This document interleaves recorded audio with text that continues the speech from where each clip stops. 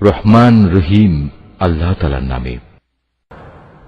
রসুলের উপর যা কিছু নাজিল করা হয়েছে তা যখন এরা শোনে তখন সত্য চেনার কারণে তুমি এদের অনেকের চোখকেই দেখতে পাবে অশ্রু সজল। নিবেদিত হয়ে তারা বলে ওঠে, হে আমাদের মালিক, আমরা ঈমান এনেছি, তুমি আমাদের নাম সত্যের সাক্ষ্যদাতাদের দলে লিখে নাও। বিশেষ করে আমরা যখন এই প্রত্যাশা করি যে আমাদের মালিক আমাদের সৎ কর্মশীলদের দলভুক্ত করে দেবেন, তখন আল্লাহ তাআলা ও তার কাছ থেকে আমাদের কাছে যা কিছু সত্য এসেছে তার উপর আমরা ঈমান আনব না কেন? অতঃপর তাদের উক্তির কারণে আল্লাহ তাআলা সন্তুষ্ট হয়ে পরকালে তাদের এমন এক জান্নাত দান করবেন যার তলদেশ দিয়ে অমীয় ঝর্ণাধারা প্রবহমান থাকবে, সেখানে তারা হবে চিরস্থায়ী। আর এটা হচ্ছে নেককার লোকদের যথার্থ পুরস্কার। অপরদিকে যারা কুফরি করেছে এবং আমার আয়াতগুলো অস্বীকার করেছে, তাকে মিথ্যা প্রতিপন্ন করেছে, তারা সবাই হবে জাহান্নামের অধিবাসী। হে ঈমানদার ব্যক্তিরা, আল্লাহ তাআলা তোমাদের জন্য যে পবিত্র জিনিসগুলো হালাল করে দিয়েছেন তোমরা সেগুলো নিজেদের জন্য হারাম করে নিও না, আর কখনো হারামের সীমা লঙ্ঘন করো না। অবশ্যই আল্লাহ তাআলা সীমা লঙ্ঘনকারীদের অপছন্দ করেন। আল্লাহ তাআলা তোমাদের যে হালাল ও পবিত্র রিজিক দান করেছেন তোমরা তা খাও এবং এ ব্যাপারে সে আল্লাহ তাআলার সীমারেখাকে ভয় করো যার উপর তোমরা ঈমান এনেছ। আল্লাহ তাআলা তোমাদের অর্থহীন শপথের জন্য তোমাদের পাকড়াও করবেন না, কিন্তু যে শপথ তোমরা জেনে বুঝে করো তার ব্যাপারে আল্লাহ তাআলা অবশ্যই তোমাদের পাকড়াও করবেন। এবং তার কাফফারা হচ্ছে 10 জন গরীব মিসকিনকে মধ্যম মানের খাবার খাওয়ানো, যা তোমরা সচরাচর নিজেদের পরিবার পরিজনদের খাইয়ে থাকো, কিংবা 10 জন মিসকিনকে পোশাক দান করা, অথবা একজন ক্রীতদাস মুক্ত করে দেয়া। যে ব্যক্তি এর কোনোটাই পাবে না তার জন্য কাফফারা হচ্ছে 3 দিন রোজা রাখা। শপথ ভাঙলে তোমাদের শপথ ভাঙার এ হচ্ছে কাফফারা। অতএব তোমরা তোমাদের শপথ সমূহ রক্ষা করো। আল্লাহ তাআলা এভাবেই তাঁর আয়াতসমূহ তোমাদের কাছে বিশদভাবে বর্ণনা করেন যাতে করে তোমরা কৃতজ্ঞতা জ্ঞাপন করতে পারো। হে মানুষ, তোমরা যারা ঈমান এনেছ তোমরা জেনে রেখো, মদ, জুয়া, পূজার বেদী ও ভাগ্য নির্ণায়ক সব হচ্ছে ঘৃণিত শয়তানের কাজ। অতএব তোমরা তা সম্পূর্ণরূপে বর্জন করো। শয়তান এই মদ ও জুয়ার দ্বারা তোমাদের মাঝে শত্রুতা ও বিদ্বেষ সৃষ্টি করে দিতে চায় এবং এভাবে এ চক্করে ফেলে সে তোমাদের আল্লাহ তাআলা স্মরণ ও নামাজ থেকে দূরে সরিয়ে রাখবে। তোমরা কি এ কাজ থেকে ফিরে আসবে না? তোমরা সর্ববিষয়ে আল্লাহর আনুগত্য করো তার রাসূলের। মদ ও জুয়ার ব্যাপারে সতর্ক থেকো। আর তোমরা যদি রাসূলের নির্দেশনা থেকে মুখ ফিরিয়ে নাও তাহলে জেনে রাখো, আমার রাসূলের দায়িত্ব হচ্ছে সুস্পষ্টভাবে আমার কথাগুলো পৌঁছে দেয়া। যারা ঈমান এনেছে এবং নেক কাজ করেছে, এই নিষেধাজ্ঞা জারির আগে তারা যা কিছু খেয়েছে তার জন্য তাদের উপর কোনোই গুনাহ নেই। হ্যাঁ, ভবিষ্যতে যদি তারা সাবধান থাকে, আল্লাহর উপর ঈমান আনে এবং নেক আমল করে, অতঃপর আল্লাহ তাআলার নিষেধ থেকে তারা সতর্ক থাকে, একইভাবে যতক্ষণ পর্যন্ত তারা ঈমান আনবে ও নেক আমল করবে, সর্বদা আল্লাহকে ভয় করবে ও সততার নীতি অবলম্বন করতে থাকবে, আল্লাহ তাআলা অবশ্যই তাদের ক্ষমা করে দেবেন, কেননা আল্লাহ তাআলা সৎ কর্মশীল মানুষদের ভালোবাসেন। হে ঈমানদার লোকেরা, ইহরাম বাঁধা অবস্থায় আল্লাহ তাআলা অবশ্যই এমন কিছু শিকারের বস্তু দিয়ে তোমাদের পরীক্ষা নেবেন যেগুলো তোমরা সহজেই নিজেদের হাত ও বর্শা দ্বারা ধরতে পারো। এর উদ্দেশ্য হচ্ছে যেন আল্লাহ তাআলা একথা ভালো করে জেনে নিতে পারেন যে কে তাকে না দেখে ভয় করে। সুতরাং এর পরেও যদি কেউ সীমা লঙ্ঘন করে তার জন্য যন্ত্রণাদায়ক আযাব রয়েছে। হে ঈমানদার ব্যক্তিরা, ইহরাম বাঁধা অবস্থায় কখনো শিকার হত্যা করো না। যদি তোমাদের কেউ এ অবস্থায় জেনে বুঝে কোন শিকারী জন্তু হত্যা করে, তার জন্য এর বিনিময় হচ্ছে সে যে জন্তু হত্যা করেছে তার সমান পর্যায়ে একটি গৃহপালিত জন্তু কোরবানি হিসেবে কাবায় পৌঁছে দেবে, যার ফয়সালা করবে তোমাদের দুজন ন্যায়বান বিচারক ব্যক্তি। কিংবা তার জন্য কাফফারা হবে কয়েকজন গরীব মিসকিনকে খাওয়ানো অথবা সমপরিমাণ রোজা রাখা, যাতে করে সে আপন কৃতকর্মের স্বাদ গ্রহণ করতে সক্ষম হয়। এ নিষেধাজ্ঞা জারির আগে যা কিছু গত হয়ে গেছে আল্লাহ তাআলা তা মাফ করে দিয়েছেন, কিন্তু এরপর যদি কেউ এর পুনরাবৃত্তি করে তাহলে আল্লাহ তাআলা অবশ্যই তার কাছ থেকে প্রতিশোধ নেবেন। আর আল্লাহ তাআলা পরাক্রমশালী ও প্রতিশোধ গ্রহণে প্রবল শক্তিমান। তোমাদের জন্য সমুদ্রের শিকার হালাল করা হয়েছে এবং তার খাবার হচ্ছে তোমাদের জন্য ও সমুদ্রের পর্যটকদের জন্য উৎকৃষ্ট সম্পদ। মনে রাখবে, যতক্ষণ পর্যন্ত তোমরা ইহরাম বাঁধা অবস্থায় থাকবে ততক্ষণ পর্যন্ত শুধু স্থলভাগের শিকারই তোমাদের জন্য হারাম থাকবে। তোমরা ভয় করো আল্লাহ তাআলাকে, যার সমীপে তোমাদের সবাইকে জড়ো করা হবে। আল্লাহ তাআলা খানায়ে কাবাকে সম্মানিত করেছেন মানব জাতির জন্য ভিত্তি হিসেবে। তিনি একে প্রতিষ্ঠা করেছেন। একইভাবে তিনি সম্মানিত করেছেন হজের পবিত্র মাসগুলোকে, কোরবানির জন্তুগুলোকে এবং এ উদ্দেশ্যে বিশেষ পট্টি বাঁধা জন্তুগুলোকে। এসব বিধান এজন্যই দেয়া হয়েছে যাতে করে তোমরা একথা জেনে নিতে পারো যে আকাশমালা ও পৃথিবীর যেখানে যা কিছু আছে আল্লাহ তাআলা তা সবই জানেন। আর নিশ্চয়ই আল্লাহ তাআলা সব বিষয়ে সর্বজ্ঞ। তোমরা জেনে রাখো, আল্লাহ তাআলা শাস্তি দানের ব্যাপারে যেমনি কঠোর, তেমনি পুরস্কারের বেলায় আল্লাহ তাআলা অত্যন্ত ক্ষমাশীল ও পরম দয়ালু। রসুলের দায়িত্ব হেদায়েতের বাণী পৌঁছে দেওয়া ছাড়া আর কিছুই নয়। আর তোমরা যা কিছু প্রকাশ করো, যা কিছু গোপন রাখো, আল্লাহ তাআলা তা সবই জানেন। হে রসুল, তুমি বলো, পাক এবং নাপাক জিনিস কখনো সমান হতে পারে না। নাপাক জিনিসের প্রাচুর্য যতই তোমাকে চমৎকৃত করুক না কেন। অতএব হে জ্ঞানবান মানুষেরা, তোমরা আল্লাহকে ভয় করো। আশা করা যায় তোমরা সফল কাম হতে পারবে। হে ঈমানদার লোকেরা, আল্লাহর নবীর কাছে এমন সব বিষয় নিয়ে প্রশ্ন করো না যার জবাব প্রকাশ করা হলে তাতে তোমাদেরই কষ্ট হবে। অবশ্য কোরআন নাজির হওয়ার মুহূর্তে যদি তোমরা সে প্রশ্ন করো তাহলে তা তোমাদের কাছে প্রকাশ করা হবে। এই বিধান জারির আগে যা কিছু হয়ে গেছে তা আল্লাহ তাআলা তোমাদের মাফ করে দিয়েছেন, কেননা আল্লাহ তাআলা পরম ক্ষমাশীল ও ধৈর্যশীল। তোমাদের আগেও কিছু সম্প্রদায় তাদের নবীকে এ ধরনের প্রশ্ন করত, কিন্তু এর পরক্ষণেই তারা তা অমান্য করতে শুরু করল। দেবতার উদ্দেশ্যে প্রেরিত কান ছেঁচড়া বহিরা, দেবতার নামে উৎসর্গীকৃত সায়েবা, দেবতার উদ্দেশ্যে ছেড়ে দেয়া নর ও মাদি বাচ্চা প্রসবকারী ওয়াসিলা ও দেবতার উদ্দেশ্যে ছেড়ে দেয়া 10 বাচ্চা প্রসবকারিণী উশরি হাম, এর কোনটাই কিন্তু আল্লাহ তাআলা নির্দিষ্ট করে দেননি। বরং কাফেররাই এসব কুসংস্কার দিয়ে আল্লাহর উপর মিথ্যা আরোপ করে। আর এদের অধিকাংশ লোক তো সত্য মিথ্যার তফাৎটুকু উপলব্ধি করে না। যখন এদের বলা হয় আল্লাহ তাআলা যা কিছু নাজিল করেছেন তোমরা সেদিকে এসো, এসো তার রসুলের দিকে, তখন তারা বলে, আমরা আমাদের বাপ দাদাদের যে বিধানের উপর পেয়েছি তাই আমাদের জন্য যথেষ্ট। যদিও তাদের বাপ দাদারা সত্য মিথ্যা সম্পর্কে কিছুই জানত না এবং তারা হেদায়েত প্রাপ্তও ছিল না।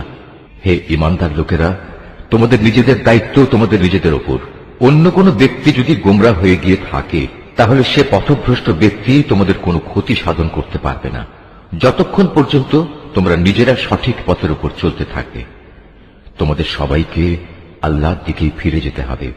অতঃপর আল্লাহ তাআলা তোমাদের সেদিন বলে দেবেন তোমরা কে কি করেছিলে। হে ঈমানদার ব্যক্তিরা, তোমাদের কারো যখন মৃত্যুর সময় এসে উপনীত হয়, ওসিয়ত করার এই মুহূর্তে তোমরা তোমাদের মধ্যে থেকে 2 ন্যায়পরায়ণ মানুষকে সাক্ষী বানিয়ে রাখবে। আর যদি তোমরা প্রবাসে থাকো এবং এ সময় যদি তোমাদের উপর মৃত্যুর বিপদ এসে পড়ে, তখন বাইরের লোকদের মধ্যে থেকে 2 ব্যক্তিকে সাক্ষী বানিয়ে নেবে। পরে যদি এ ব্যাপারে তোমাদের কোনো সন্দেহ দেখা দেয় তাহলে সাক্ষী 2জনকে নামাজের পর আটকে রাখবে। অতঃপর তারা আল্লাহর নামে কসম করে বলবে, আমরা কোনো স্বার্থের খাতিরে এ সাক্ষ্য বিক্রি করব না। এর কোন পক্ষ আমাদের ঘনিষ্ঠ আত্মীয় হলেও নয়। আমরা আল্লাহর জন্য এ সাক্ষ্য গোপন করব না। আমরা যদি তেমন কিছু করি তাহলে আমরা গুনাহগারদের দলে শামিল হয়ে যাব। পরে যদি এই কথা প্রকাশ পায় এ বাইরের 2জন সাক্ষী অপরাধে লিপ্ত ছিল, তাহলে আগে যাদের স্বার্থহানি ঘটেছিল তাদের মধ্যে থেকে 2জন সাক্ষী তাদের স্থলাভিষিক্ত হবে। তারা এসে আল্লাহর নামে শপথ করে বলবে, আমাদের সাক্ষ্য অবশ্যই তাদের সাক্ষ্য অপেক্ষা বেশি সত্যভিত্তিক হবে। আমরা সাক্ষ্যের ব্যাপারে সীমা লঙ্ঘন করিনি। আমরা যদি তেমনটি করি তাহলে আমরা জালেমদের দলভুক্ত হয়ে পড়ব। এ পদ্ধতিতে মানুষদের ঠিক মতো সাক্ষ্য দানের অধিকতর সম্ভাবনা আছে। অথবা তারা অন্ততপক্ষে এ ভয় করবে যে তাদের কসম করার পর আবার অন্য কোনো কসম দ্বারা তা বাতিল করে দেয়া হবে। তোমরা আল্লাহ তাআলাকে ভয় করো এবং রসুলের কথা শোনো। আল্লাহ তাআলা কখনো পাপী লোকদের সৎপথে পরিচালিত করেন না। যেদিন আল্লাহ তাআলা সকল রাসূলকে একত্রিত করে জিজ্ঞাসা করবেন, তোমাদের দাওয়াতের প্রতি মানুষদের পক্ষ থেকে কিভাবে সাড়া দেওয়া হয়েছিল, তারা বলবে, আমরা তো তার কিছুই জানি না, যাবতীয় অদৃশ্য বিষয় তুমিই পরিজ্ঞাত। স্মরণ করো যখন আল্লাহ তাআলা বলবেন, হে মারিয়াম পুত্র ঈসা, আমার সেই নিয়ামতের কথা স্মরণ করো যা আমি তোমাকে ও তোমার মাকে দান করেছিলাম। যখন আমি পবিত্র আত্মা দিয়ে তোমাকে সাহায্য করেছিলাম, তুমি মানুষের সাথে যেমনি দোলনায় থাকতে কথা বলতে, তেমনি বলতে পরিণত বয়সেও। আমি যখন তোমাকে কিতাব, জ্ঞান বিজ্ঞান, তাওরাত ও ইনজিল দান করেছিলাম, তখন তুমি আমারই হুকুমে কাঁচা মাটি দিয়ে পাখি সদৃশ্য আকৃতি বানাতে, অতঃপর তাতে ফুঁ দিতে, আর আমার আদেশক্রমেই তা পাখি হয়ে যেত। আমারই হুকুমে তুমি জন্মান্ধ ও কুষ্ঠ রোগীকে নিরাময় করে দিতে। আমারই আদেশে তুমি মৃতদেহ থেকে জীবন বের করে আনতে। পরে যখন তুমি তাদের কাছে নবুয়তের এসব নিদর্শন নিয়ে পৌঁছলে, তখন তাদের মধ্যে যারা তোমাকে অস্বীকার করেছিল তারা বলল, এই নিদর্শনগুলো জাদু ছাড়ার কিছুই নয়। তখন আমি তোমার কোন অনিষ্ট সাধন থেকে বনী ইসরায়েলদের নিবৃত্ত করে রেখেছিলাম। আরো স্মরণ করো যখন আমি হাওয়ারীদের অন্তরে এ প্রেরণা দিয়েছিলাম যে তোমরা আমার প্রতি ও আমার রাসূলের প্রতি ঈমান আনো। তারা বলল, হে মালিক, আমরা তোমার উপর ঈমান আনলাম, তুমি এ কথা সাক্ষ্য থেকো যে আমরা তোমার অনুগত ছিলাম। অতঃপর যখন এই হাওয়ারীদের দল বলল, হে মারিয়াম পুত্র ঈসা, তোমার মালিক কি আসমান থেকে খাবার সজ্জিত একটি টেবিল আমাদের জন্য পাঠাতে পারেন না? ঈসা জবাব দিল, সত্যি যদি তোমরা মোমেন হয়ে থাকো, তাহলে কোনো অহেতুক দাবি পেশ করার ব্যাপারে তোমরা আল্লাহ তাআলাকে ভয় করো। তারা বলল, আমরা শুধু এটুকুই চাই যে আল্লাহর পাঠানো সেই টেবিল থেকে কিছু খাবার খেতে, এতে আমাদের মন পরিতৃপ্ত হয়ে যাবে। তাছাড়া এতে করে আমরা এও জানতে পারব তুমি আমাদের কাছে সঠিক কথা বলেছ। আমরা নিজেরাই সত্যের পক্ষে সাক্ষী হয়ে থাকতে চাই। মারিয়াম পুত্র ঈসা আল্লাহর দরবারে বলল, হে আল্লাহ, হে আমাদের মালিক, তুমি আমাদের জন্য আসমান থেকে খাবার সজ্জিত একটি টেবিল পাঠাও। এভাবে আমাদের জন্য, আমাদের পূর্ববর্তী ও আমাদের পরবর্তীদের জন্য তোমার কাছ থেকে পাঠানো একটি আনন্দ উৎসব। সর্বোপরি এটা হবে তোমার কুদরতের নিদর্শন। তুমি আমাদের রিজিক দাও, কেননা তুমি হচ্ছ উত্তম রিজিক দাতা। আল্লাহ তাআলা বললেন, হ্যাঁ, আমি তোমাদের কাছে তা অচিরেই পাঠাচ্ছি। তবে এর পরেও যদি তোমাদের কেউ আমার ক্ষমতা অস্বীকার করে, তাহলে তাকে আমি এমন কঠিন শাস্তি দেব যা আমি সৃষ্টি করে কাউকেই আর দেব না। যখন আল্লাহ তাআলা বলবেন, হে মারিয়াম পুত্র ঈসা, তুমি কি কখনো তোমার লোকদের একথা বলেছিলে যে তোমরা আল্লাহকে বাদ দিয়ে আমাকে ও আমার মাকে ইলাহ বানিয়ে নাও? এ কথার উত্তরে সে বলবে, হে আল্লাহ, সমগ্র পবিত্রতা তোমার জন্যে।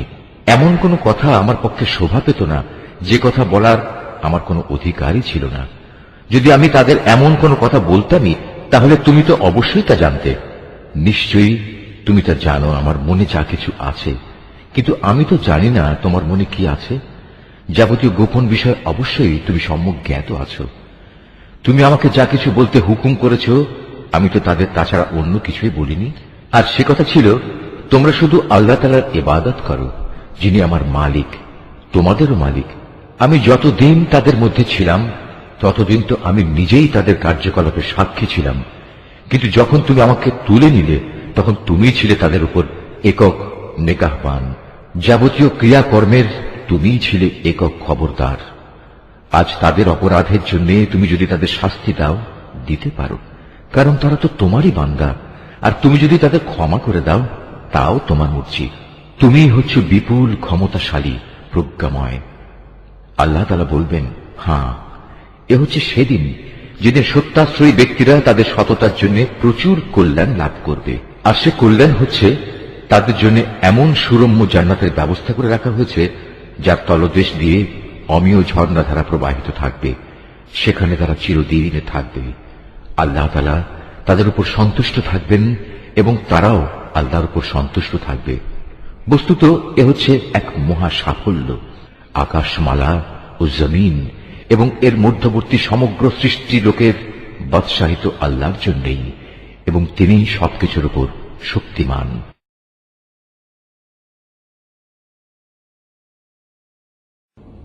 সূরা আল আনাম। রহমান রহিম আল্লাহ তাআলার নামে। সমস্ত প্রশংসা আল্লাহর জন্য, যিনি আকাশমালা ও ভূমণ্ডল পয়দা করেছেন এবং তিনি অন্ধকার সমূহ ও আলো সৃষ্টি করেছেন। অতঃপর যারা আল্লাহ তাআলাকে অস্বীকার করে তারা প্রকারান্তরে এর দ্বারা অন্য কিছুকেই তাদের মালিকের সমকক্ষ হিসেবে দাঁড় করায়। তিনি তোমাদের মাটি থেকে সৃষ্টি করেছেন, অতঃপর তিনি প্রত্যেকের জন্য বাঁচার একটি মেয়াদ নির্দিষ্ট করে দিয়েছেন। তেমনি তাদের চূড়ান্ত ধ্বংসের জন্যও তার কাছে একটি সুনির্দিষ্ট মেয়াদ রয়েছে। তারপরেও তোমরা সন্দেহে লিপ্ত আছো। আসমান সমূহের এবং জমিনের সর্বত্র তিনিই তো হচ্ছেন একমাত্র আল্লাহ। তিনি যেমনি তোমাদের গোপন ও প্রকাশ্য বিষয়সমূহ জানেন, তেমনি তিনি জানেন তোমরা কে পাপ পুণ্যের কতটুকু উপার্জন করছো তাও। তাদের মালিকের নিদর্শনসমূহের মধ্যে এমন একটি নিদর্শনও নেই যা তাদের কাছে আসার পর তারা তা থেকে মুখ ফিরিয়ে নেয়নি। তাদের কাছে যতবারই আমার পক্ষ থেকে সত্য দিন এসেছে ততবারই তারা তা অস্বীকার করেছে। অচিরেই তাদের কাছে সে খবরগুলো এসে হাজির হবে যা নিয়ে তারা হাসি তামাশা করছিল। তারা কি দেখেনি তাদের আগে আমি এমন বহু জাতিকে বিনাশ করে দিয়েছি যাদের আমি পৃথিবীতে এমনভাবে প্রতিষ্ঠা দান করেছিলাম যা তোমাদেরও করিনি। আকাশ থেকে তাদের উপর আমি প্রচুর বৃষ্টি বর্ষণ করেছি, আবার তাদের মাটির নিচ থেকে আমি ঝর্ণাধারা প্রবাহিত করে দিয়েছি। অতঃপর আমি তাদের পাপের কারণে চিরতরে ধ্বংস করে দিয়েছি, আর তাদের পর তাদের জায়গায় আবার আমি এক নতুন জাতির উত্থান ঘটিয়েছি। হে নবী, আমি যদি তোমার কাছে কাগজে লেখা কোনো কিতাব নাজিল করতাম এবং তারা যদি তাদের হাত দিয়ে তা স্পর্শ করত, তাহলেও কাফেররা বলতো এটা তো সুস্পষ্ট জাদু ছাড়া আর কিছুই নয়। তারা বলে এ নবীর প্রতি কোনো ফেরেশতা নাজিল করা হলো না কেন, যে তার সত্যতা সম্পর্কে আমাদের বলে দিত। যদি সত্যিই আমি কোনো ফেরেশতা পাঠিয়ে দিতাম তাহলে তাদের ফয়সালা তো তখনই হয়ে যেত, এরপর তাদের তো আর কোনো অবকাশই দেয়া হতো না। তাছাড়া আমি যদি সত্যিই ফেরেশতা পাঠাতাম তাকেও তো মানুষের আকৃতিতেই পাঠাতাম, তখনও তো তারা এমনিভাবে আজকের মতো সন্দেহে নিমজ্জিত থাকত। হে রাসূল, তোমার আগেও বহু নবী রাসূলকে এভাবে ঠাট্টা বিদ্রূপ করা হয়েছিল। অনন্তর তাদের মধ্যে যারা নবীর সাথে যে ঠাট্টা বিদ্রূপ করেছে তাই তাদের পরিবেষ্টন করে ফেলেছে। হে নবী, তুমি তাদের বলো, তোমরা এই পৃথিবীতে ঘুরে ফিরে দেখো দেখো যারা নবী রাসূলদের মিথ্যা প্রতিপন্ন করেছে তাদের কি ভয়াবহ পরিণাম হয়েছে। হে নবী, তুমি তাদের জিজ্ঞেস করো, আসমান সমূহ ও জমিনে যা কিছু আছে তা সব কার মালিকানাভুক্ত? তুমি বলো, এর সবকিছুই আল্লাহ তাআলার জন্য। মানুষদের উপর দয়া করাটা তিনি তার নিজের উপর কর্তব্য বলে স্থির করে নিয়েছেন। কিয়ামতের দিন তিনি তোমাদের অবশ্যই জড়ো করবেন, এতে বিন্দুমাত্র সন্দেহ নেই। সত্য স্বীকার করে যারা নিজেরাই নিজেদের ক্ষতি সাধন করেছে তারা এমন একটি দিনের আগমন কখনো বিশ্বাস করে না। রাত ও দিনের মাঝে যা কিছু স্থিতি লাভ করছে তার সবকিছুই তার জন্য। তিনি এদের সবার কথা শোনেন এবং সবার অবস্থা দেখেন। হে নবী, তুমি বলো, আমি কিভাবে আসমান সমূহ ও জমিনের মালিক আল্লাহ তাআলাকে বাদ দিয়ে অন্য কাউকে নিজের পৃষ্ঠপোষক বানিয়ে নেব, অথচ তিনি সৃষ্টি লোকের সবাইকে আহার যোগান। তাকে কোন রকম আহার যোগানো যায় না। তুমি বলো, আমাকে আদেশ দেয়া হয়েছে যেন সবার আগে আমি মুসলমান হয়ে যাই, এবং আমাকে আরো আদেশ দেয়া হয়েছে তুমি কখনো মুশরিকদের দলে শামিল হইও না। তুমি আরো বলো, আমি যদি আমার মালিকের কথা না শুনি তাহলে আমি এক মহাদিবসের আযাব আমার উপর আপতিত হওয়ার ভয় করি। সে কিয়ামতের দিন যাকে তার শাস্তি থেকে রেহাই দেয়া হবে তার উপর নিঃসন্দেহে আল্লাহ তাআলা অনুগ্রহ করবেন, আর এটিই হবে সেদিনের সুস্পষ্ট সাফল্য। জেনে রেখো, যদি আল্লাহ তাআলা তোমাকে কোনো দুঃখ পৌঁছাতে চান তাহলে তিনি ছাড়া আর কেউই তোমা থেকে তা দূর করতে পারবে না। অপরদিকে তিনি যদি তোমার কোনো উপকার করেন তাহলে কেউ তাতে বাধাও দিতে পারবে না। তিনি সবকিছুর উপর একক ক্ষমতাবান। তিনি তার বান্দাদের উপর একচ্ছত্র ক্ষমতার অধিকারী। তিনি মহাজ্ঞানী, তিনি সম্যক ওয়াকিবহাল। তুমি তাদের বলো, সাক্ষী হিসেবে কার সাক্ষ্য সবচেয়ে বেশি বড়? তুমি বলো, হ্যাঁ, একমাত্র আল্লাহ তাআলার, যিনি তোমাদের এবং আমার মাঝে সর্বোত্তম সাক্ষী হয়ে থাকবেন। এ কোরআন তার কাছ থেকেই আমার কাছে নাজিল করা হয়েছে, যেন তা দিয়ে তোমাদের এবং তোমাদের পর যাদের কাছে এ গ্রন্থ পৌঁছবে তাদের সকলকে আমি আযাবের ভয় দেখাই। তোমরা কি সত্যিই এ কথা সাক্ষ্য দিতে পারবে যে আল্লাহর সাথে আরো কোনো ইলাহ রয়েছে? হে নবী, তুমি তাদের জানিয়ে দাও, আমি জেনে বুঝে কখনো এ ধরনের মিথ্যা সাক্ষ্য দিতে পারবো না। তুমি বলো, তিনি তো একক, তোমার আল্লাহ তাআলার সাথে যে শিরক করে যাচ্ছ তার সাথে আমার কোনোই সম্পর্ক নেই। তোমার আগে যাদের আমি কিতাব দান করেছি তারা নবীকে ঠিক সেভাবেই চেনে যেভাবে চেনে তারা তাদের আপন ছেলেদের, কিন্তু যারা নিজেরাই নিজেদের ক্ষতি সাধন করেছে তারা তো কখন ঈমান আনবে না। তার চেয়ে বড় জালেম আর কে আছে যে স্বয়ং আল্লাহ তাআলা সম্পর্কে কোনো মিথ্যা কথা রচনা করে কিংবা তার কোনো আয়াতকে অস্বীকার করে? এ ধরনের জালেমরা কখনো সাফল্য লাভ করতে পারবে না। একদিন আমি তাদের সবাইকে একত্রিত করব, অতঃপর মুশরিকদের উদ্দেশ্য করে আমি বলবো, তারা সবাই আজ কোথায় যাদের তোমরা দুনিয়ার জীবনে আমার সাথে শরীক মনে করতে? অতঃপর তাদের সেদিন একথা বলা ছাড়া কোনো যুক্তিই থাকবে না যে আল্লাহ তাআলার কসম, যিনি আমাদের মালিক, আমরা কখনো মুশরিক ছিলাম না। হে নবী, তুমি চেয়ে দেখো কিভাবে আজ লোকগুলো আযাব থেকে বাঁচার জন্য নিজেরাই নিজেদের মিথ্যা প্রতিপন্ন করছে, এবং এও দেখো তাদের নিজেদের রচনা করা মিথ্যা কিভাবে আজ নিষ্ফল হয়ে যাচ্ছে। তাদের মধ্যে এমন কিছু লোকও আছে যে মনে হয় তোমার কথা কান দিয়ে শুনছে, কিন্তু আসলে আমি তাদের মনের উপর পর্দা ঢেলে দিয়েছি, যার কারণে তারা কিছুই উপলব্ধি করতে পারে না। আমি তাদের কানেও ছিপি এঁটে দিয়েছি।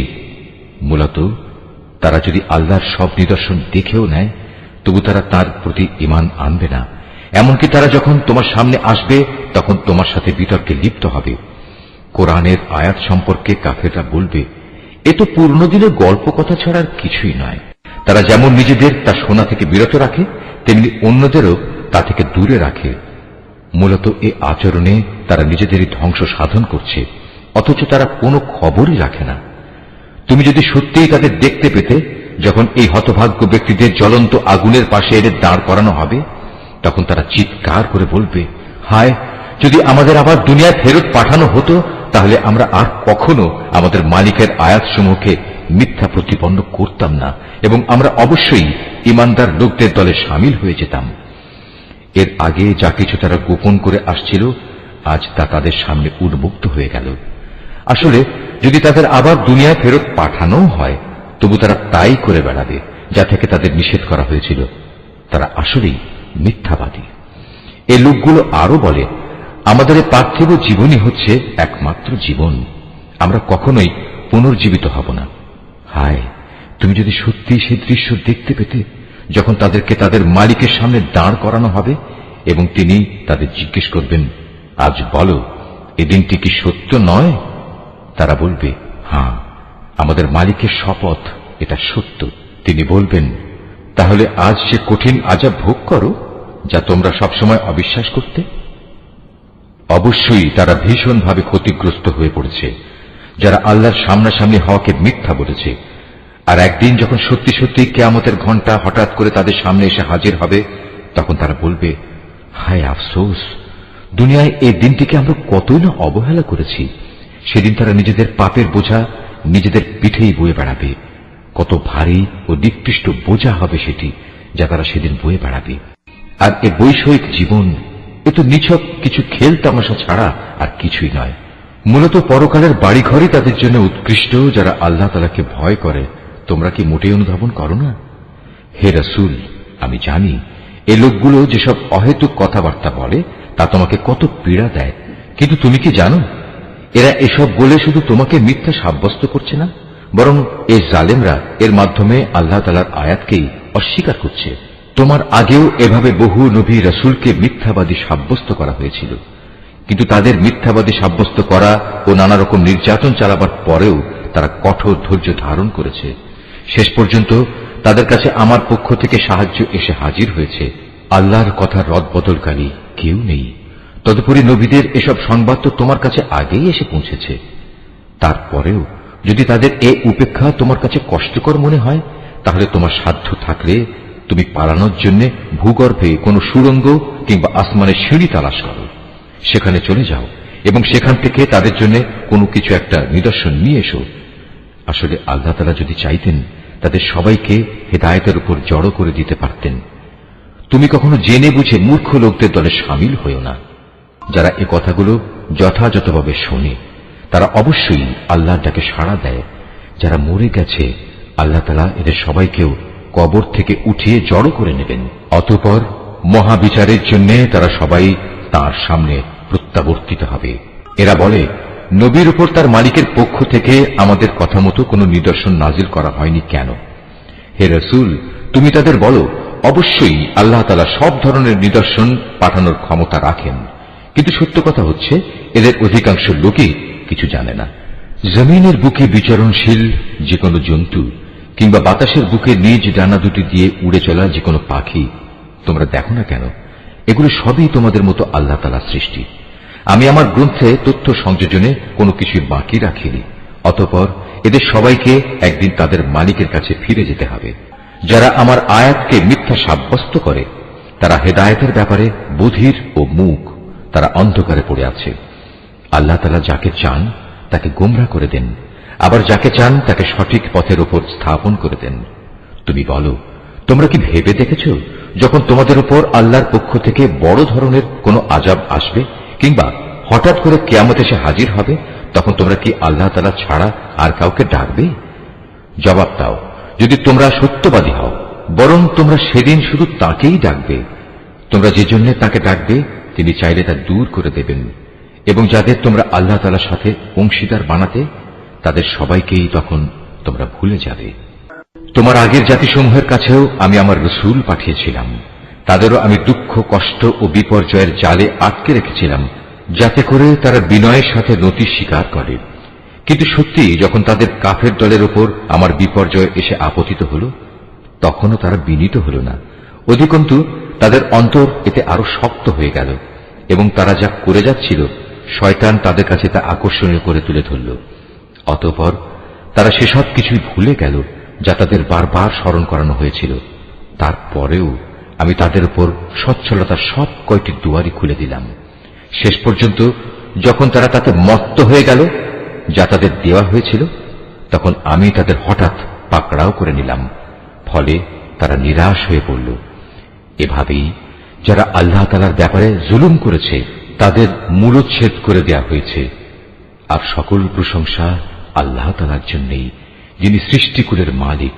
হে রাসূল, তাদের তুমি বলো, তোমরা কি একথা ভেবে দেখেছ, যদি আল্লাহ তাআলা কখনো তোমাদের শোনার ও দেখার ক্ষমতা কেড়ে নেন এবং তোমাদের অন্তরসমূহের উপর মোহর মেরে দেন, তবে আল্লাহ তাআলা ছাড়া তোমাদের দ্বিতীয় কোনো ইলাহ আছে কি যে তোমাদের এসব কিছু ফিরিয়ে দিতে পারবে?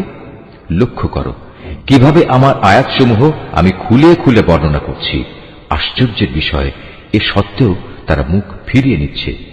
তুমি বলো, তোমরা চিন্তা করে দেখেছ কি, যদি কখনো অকস্মাৎ কিংবা প্রকাশ্যভাবে আল্লাহর আযাব তোমাদের উপর আপতিত হয়, তাতে কতিপয় জালেম সম্প্রদায়ের লোক ব্যতীত অন্য কাউকে ধ্বংস করা হবে কি?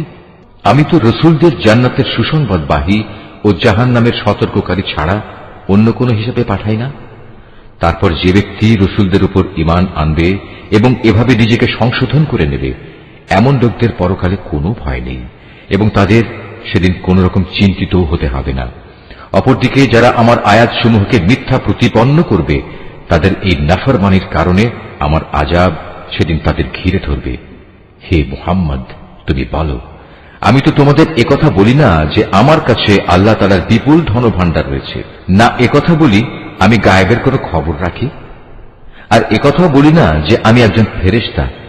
আসলে আমি তো সেই ওহীরই অনুসরণ করি যা আমার উপর নাজিল করা হয়। তুমি বলো, অন্ধ আর চক্ষুষ্মান ব্যক্তি কি কখনো এক হতে পারে? তোমরা কি চিন্তা ভাবনা করে দেখো না? হে মুহাম্মদ, তুমি সে কিতাবের মাধ্যমে সেসব লোককে পরকালের আযাবের ব্যাপারে সতর্ক করে দাও, যারা এ ভয় করে যে তাদেরকে একদিন তাদের মালিকের সামনে একত্র করা হবে। সেদিন তাদের জন্য তিনি ছাড়া দ্বিতীয় কোনো সাহায্যকারী বন্ধু কিংবা কোনো সুপারিশকারী থাকবে না। আশা করা যায় তারা সাবধান হবে। যারা সকাল সন্ধ্যায় তাদের মালিককেই ডাকে, তারই সন্তুষ্টি কামনা করে, তাদের তুমি কখনো তোমার কাছ থেকে সরিয়ে দিও না, কারণ তাদের কাজকর্মের জবাবদিহিতার দায়িত্ব যেমন তোমার উপর কিছুই নেই, তেমনি তোমার কাজকর্মের হিসাব কেতাবের কোন রকম দায়িত্ব তাদের উপর নেই। তারপরেও যদি তুমি তাদের তোমার কাছ থেকে দূরে সরিয়ে দাও, তাহলে তুমি বাড়াবাড়ি করা লোকদের দলে সামিল হয়ে যাবে। আর আমি এভাবেই তাদের একদল দ্বারা অন্য দলের পরীক্ষা নিয়েছি, যেন তারা একদল একথা বলতে পারে যে এরাই কি হচ্ছে আমাদের মাঝে সে দলের লোক যাদের উপর আল্লাহ তাআলা তার অনুগ্রহ করেছেন। আল্লাহ তাআলা কি ভালো করে জানেন না কারা তার প্রতি কৃতজ্ঞ? যারা আমার আয়াতসমূহের উপর ঈমান এনেছে তারা যখন তোমার কাছে আসবে তখন তুমি তাদের বলো, আল্লাহ তাআলার পক্ষ থেকে তোমাদের উপর শান্তি বর্ষিত হোক। তোমাদের উপর অনুগ্রহ করাটা তোমাদের মালিক নিজের কর্তব্য বলে স্থির করে নিয়েছেন। তবে তোমাদের মধ্যে যদি কেউ কখনো অজ্ঞানতাবশত কোনো অন্যায় কাজ করে বসে এবং পরক্ষণে তওবা করে ও নিজের জীবন শুধরে নেয়, তাহলে আল্লাহ তাআলা তাকে ক্ষমা করে দেবেন। তিনি একান্ত ক্ষমাশীল ও পরম দয়ালু। আর এভাবেই আমি আমার আয়াতসমূহ বিশদভাবে বর্ণনা করি, যাতে অপরাধীদের পথ পরিষ্কার হয়ে যায়। হে মুহাম্মদ, তুমি তাদের বলে দাও, এক আল্লাহ তাআলাকে বাদ দিয়ে তোমরা আর যাদের গোলামি করছো, আমাকে নিষেধ করা হয়েছে আমি যেন তাদের গোলামি না করি। তুমি তাদের এও বলে দাও, আমি কখনো তোমাদের খেয়াল খুশির অনুসরণ করি না। তেমনটি করলে আমি নিঃসন্দেহে গোমরা হয়ে যাব এবং আমি আর সত্যের অনুসরণকারী দলের সাথে থাকব না। তুমি বলো, আমি অবশ্যই আমার মালিকের এক উজ্জ্বল দলিল প্রমাণের উপর প্রতিষ্ঠিত আছি এবং তাকেই তোমরা অস্বীকার করছো। তাকে অস্বীকার করার পরিণাম যা তোমরা দ্রুত দেখতে চাও তা ঘটানোর ক্ষমতা আমার কাছে নেই। সব জিনিসের চূড়ান্ত ক্ষমতা তো কেবলমাত্র আল্লাহ তাআলার হাতেই রয়েছে। আর এই মহা সত্যটি তিনি তোমাদের কাছে বর্ণনা করছেন। তিনিই হচ্ছেন উত্তম ফয়সালাকারী। তুমি বলো, আযাবের যে বিষয়টার জন্য তোমরা তাড়াহুড়ো করছো তা ঘটানো যদি আমার ক্ষমতার মধ্যে থাকত, তাহলে তোমাদের ও আমার মধ্যকার ফয়সালা আগেই হয়ে যেত। জালেমদের সাথে কি আচরণ করা উচিত তা আল্লাহ তাআলা ভালো করেই জানেন। যাবতীয় অদৃশ্য বিষয়ের চাবি তার হাতেই নিবদ্ধ রয়েছে।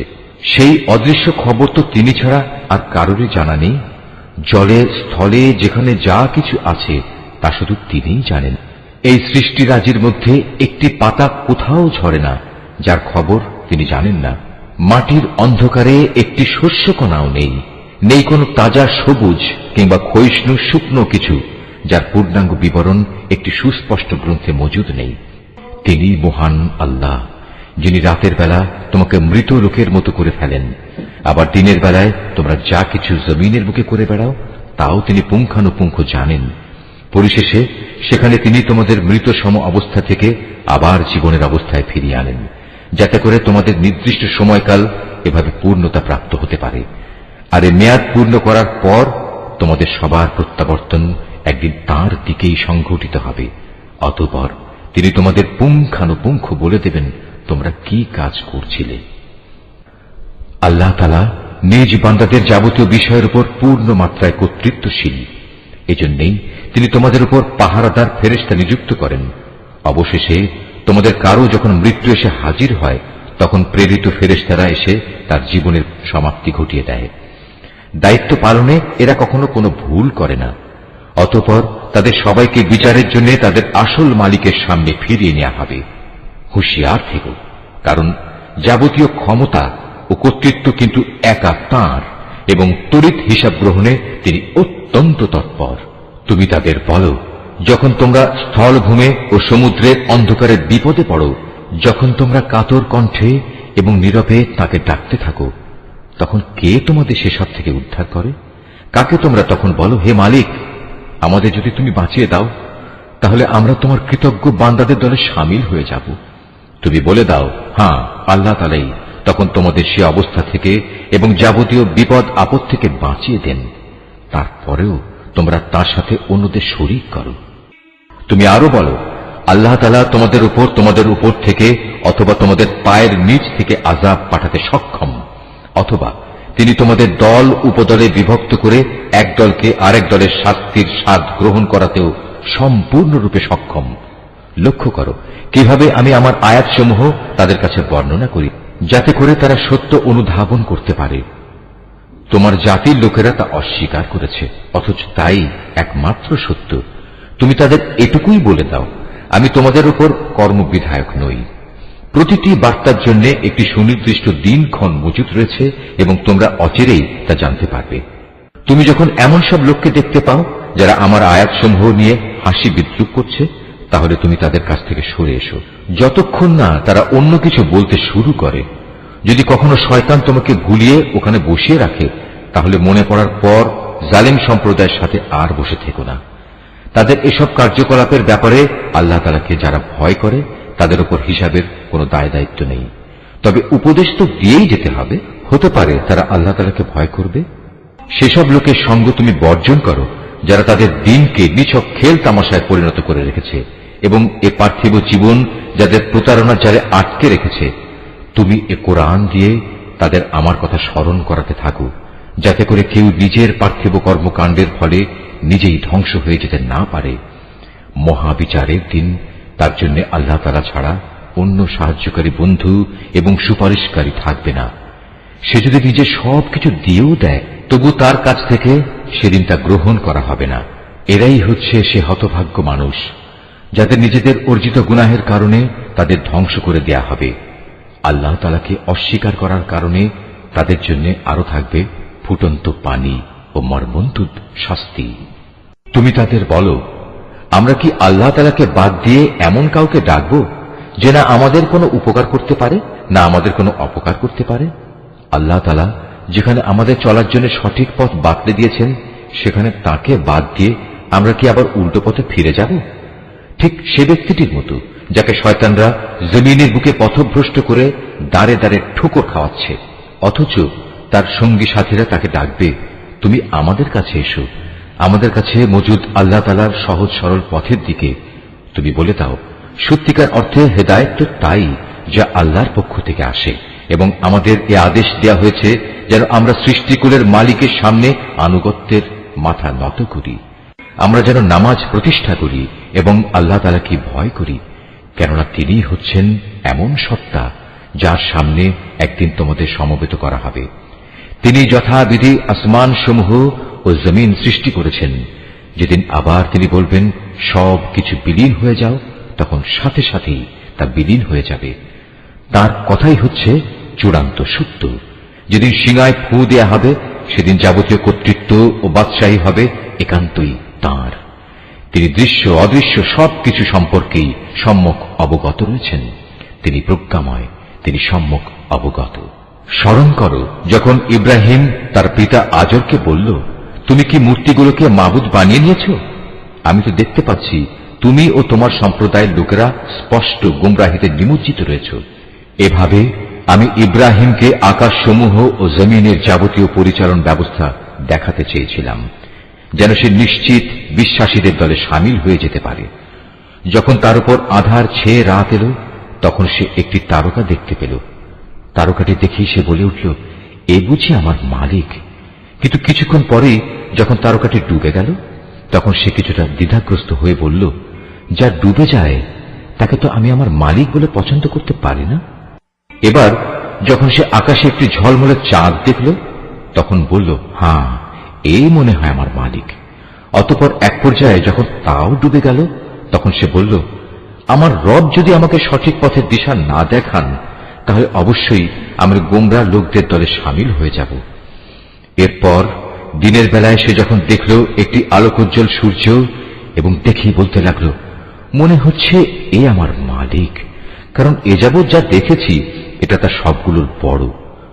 সন্ধ্যা ঘনিয়ে আসতে আসতে তাও যখন ডুবে গেল, তখন ইব্রাহিম নতুন বিশ্বাসে বলিয়ান হয়ে নিজের জাতিকে ডেকে বলল, হে আমার সম্প্রদায়ের লোকেরা, তোমরা যেসব কিছুকে আল্লাহ তাআলার সাথে অংশীদার বানাও, আমি তা থেকে সম্পূর্ণ মুক্ত। আমি নিষ্ঠার সাথে সেই মহান সার্বভৌম মালিকের দিকেই আমার মুখ ফিরিয়ে নিচ্ছি, যিনি এই আসমান সমূহ ও জমিন সহ চাঁদ, সূরজ, গ্রহ, তারা সবকিছু পয়দা করেছেন। আমি এখন আর মুশরিকদের দলভুক্ত নই। এরপরই তার জাতির লোকেরা তার সাথে আল্লাহ তাআলার ব্যাপারে বিতর্ক শুরু করে দিল। জবাবে সে বলল, তোমরা কি আমার সাথে স্বয়ং কুল মাখলুকাতের মালিক আল্লাহ তাআলার ব্যাপারে তর্ক করছো, অথচ তিনিই আমাকে সঠিক পথের দিশা দিয়েছেন। আমি এখন আর তোমাদের মাবুদদের ডরাই না, যাদের তোমরা আল্লাহ তাআলার কাজে অংশীদার মনে করো। অবশ্য আমার মালিক যদি অন্য কিছু চান, সেটা আলাদা কথা। আমার মালিকের জ্ঞান সব কিছুর উপর পরিব্যাপ্ত। এরপরেও কি তোমরা সতর্ক হবে না? তোমরা যাকে আল্লাহ তাআলার সাথে অংশীদার করো, তাকে আমি কিভাবে ভয় করব? অথচ তোমরা আল্লাহ তাআলার সাথে অন্যদের শরীক করতে ভয় পাও না, যাদের ব্যাপারে আল্লাহ তাআলা কোনো প্রমাণপত্র তোমাদের কাছে পাঠাননি। এ অবস্থায় তোমরাই বলো, আমাদের এই উভয় দলের মধ্যে কোন দলটি দুনিয়া ও আখিরাতে নিরাপত্তা লাভের বেশি অধিকারী? বলো, যদি তোমাদের কিছু জানা থাকে। যারা ঈমান এনেছে এবং যারা তাদের ঈমানকে জুলুমের কালিমা দিয়ে কলুষিত করেনি, তারাই হচ্ছে দুনিয়া ও আখিরাতে নিরাপত্তা লাভের অধিকারী। মূলত তারাই হচ্ছে হেদায়েত প্রাপ্ত। এ ছিল শিরক সম্পর্কিত আমার সেই অকাট্য যুক্তি, যা আমি ইব্রাহিমকে তার জাতির উপর দান করেছিলাম। এভাবেই আমি আমার জ্ঞান দিয়ে যাকে ইচ্ছা তাকে সমুন্নত করি। তোমার মালিক প্রবল প্রজ্ঞাময়, কুশলী। অতঃপর আমি তাকে দান করেছি ইসহাক ও ইয়াকুবের মতো দুইজন সুপুত্র। এদের সবাইকেই আমি সঠিক পথের দিশা দিয়েছিলাম। এদের আগে আমি নূহকেও হেদায়েতের পথ দেখিয়েছি। অতঃপর তার বংশের মাঝে দাউদ, সুলাইমান, আইয়ুব, ইউসুফ, মুসা এবং হারুনকেও আমি হেদায়েত দান করেছি। আর এভাবেই আমি সৎ কর্মশীলদের পুরস্কার দিয়ে থাকি। জাকারিয়া, ইয়াহিয়া, ঈসা এবং ইলিয়াসকেও আমি সঠিক পথ দেখিয়েছিলাম। এরা সবাই ছিল নেককারদের দলভুক্ত। আরো সৎ পথ দেখিয়েছিলাম ইসমাইল, ইয়াসা, ইউনুস এবং লূতকেও। এদের সবাইকেই আমি নবুয়ত দিয়ে সৃষ্টিকুলের উপর বিশেষ মর্যাদা দান করেছিলাম। এদের পূর্বপুরুষ, এদের পরবর্তী বংশধর ও এদের ভাই বন্ধুদেরও নেতৃত্বের জন্য নানাভাবে পুরস্কৃত করেছিলাম। আমি এদেরকে বাছাই করে নিয়েছিলাম এবং সেজন্যই আমি এদের সবাইকে সরল পথে পরিচালিত করেছিলাম। এ হচ্ছে আল্লাহ তাআলার হেদায়েত। নিজ বান্দাদের মাঝে যাকে চান তিনি তাকেই এ হেদায়েত দান করেন। কিন্তু তারা যদি শিরক করত, তাহলে তাদের যাবতীয় কর্ম অবশ্যই নিষ্ফল হয়ে যেত। এরাই ছিল সেসব লোক যাদের আমি কিতাব, প্রজ্ঞা ও নবুয়ত দান করেছি। আজ যদি তারা তা অস্বীকার করে, তাতে আমার কোনোই ক্ষতি নেই। আমি তো অতীতে এমন এক সম্প্রদায়ের উপর এ দায়িত্ব অর্পণ করেছিলাম যারা কখনো এগুলো প্রত্যাখ্যান করেনি। আল্লাহ তাআলা এদের সবাইকে সৎ পথে পরিচালিত করেছেন।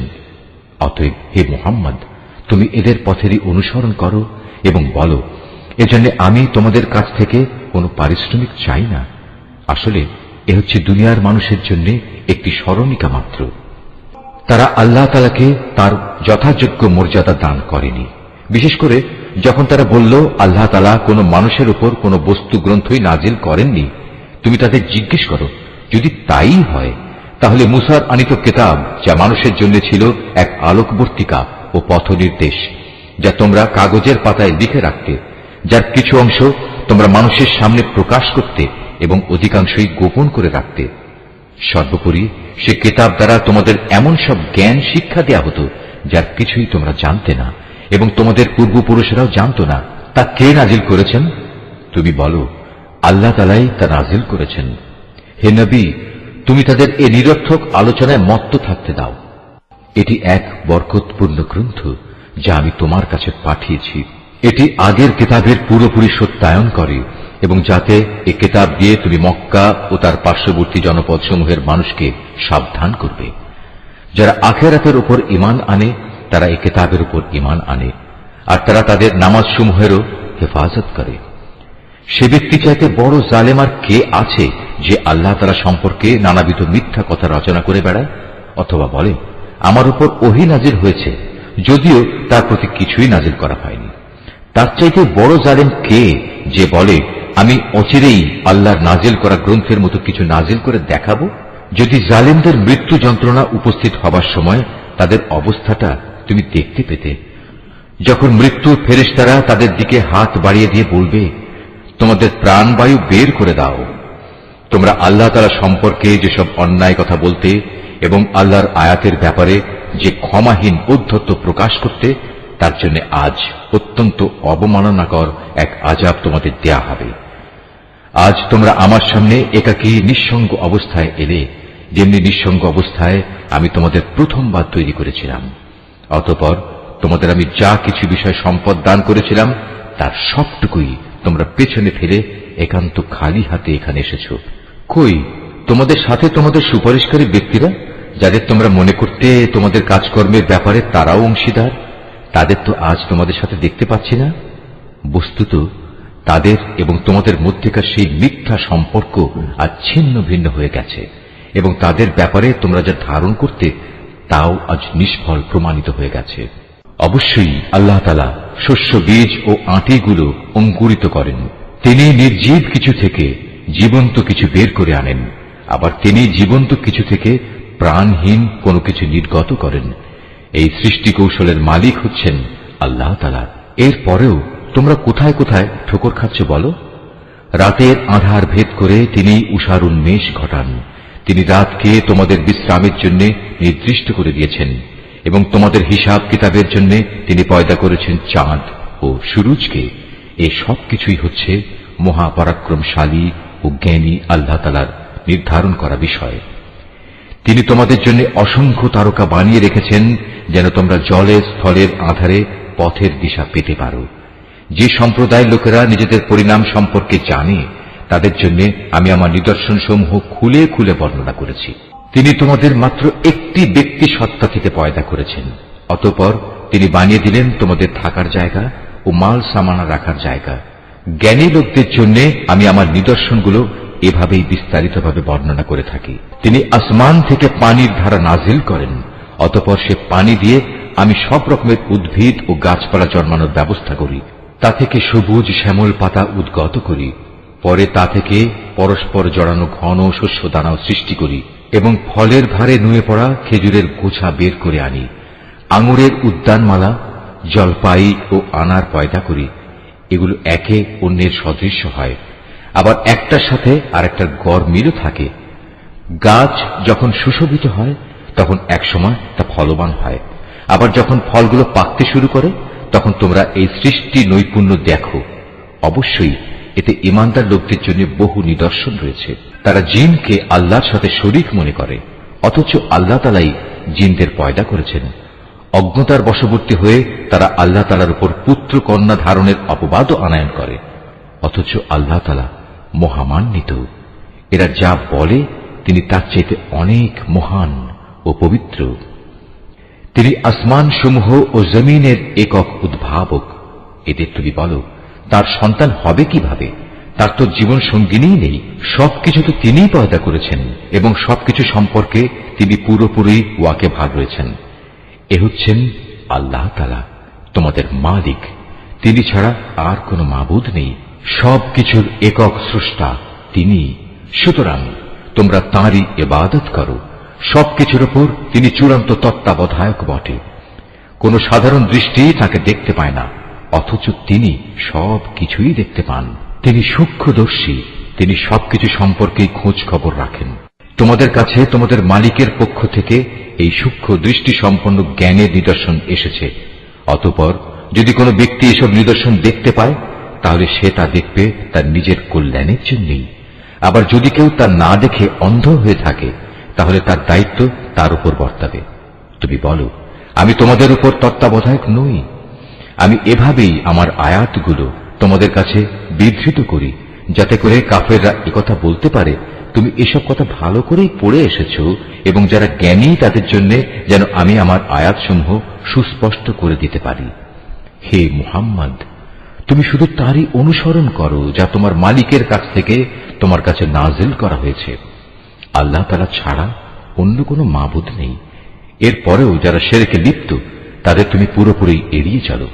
আল্লাহ তাআলা যদি চাইতেন তাহলে এরা কেউই তার সাথে শিরক করত না।